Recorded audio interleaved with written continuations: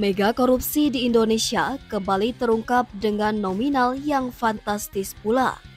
Kali ini, kasus korupsi PLN dibeberkan oleh Korps Pemberantasan Tindak Pidana Korupsi atau Kortas Tipikor Polri.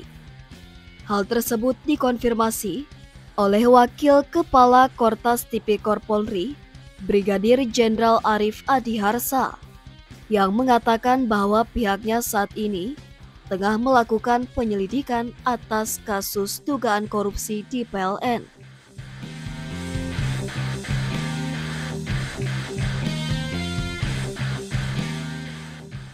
Penyelidikan ini terkait dengan pemeriksaan terhadap jajaran petinggi PLN Pusat yang dilakukan di awal Februari 2025.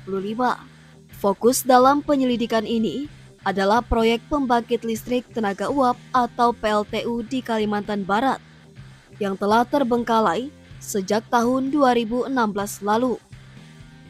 Proyek tersebut diduga meraup kerugian negara sebesar 1,2 triliun rupiah. Selain PLTU yang terbengkalai di Kalimantan Barat, Kortas Tipikor Polri juga tengah melakukan penelusuran terhadap 2 perkara lainnya yang masih berkesinambungan dengan PLN. Kronologi terbengkalainya PLTU di Kalimantan Barat.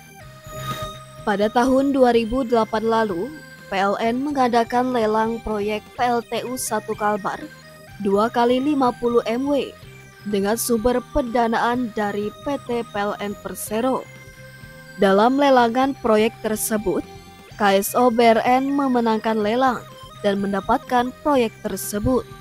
Meskipun diduga KSO BRN tidak memenuhi persyaratan dalam tahap prakualifikasi, evaluasi penawaran administrasi dan teknis dalam proses pelelangan, namun penandatanganan kontrak tetap terjadi. Kontrak sebesar 80 juta USD dan 500 juta miliar rupiah atau sekitar 1,2 triliun rupiah dengan kurs saat ini resmi ditandatangani pada tahun 2009 oleh RR selaku Dirut PT BRN dengan FM selaku Dirut PT PLN Persero. Namun, PT BRN kemudian mengalihkan proyek tersebut kepada pihak ketiga, yaitu PT PI dan KIJPSE yang merupakan perusahaan yang bergerak di bidang energi dari Tiongkok. Adanya kendala satu dan lain hal yang akhirnya mengakibatkan proyek tersebut akhirnya gagal dan terbengkalai sejak 2016.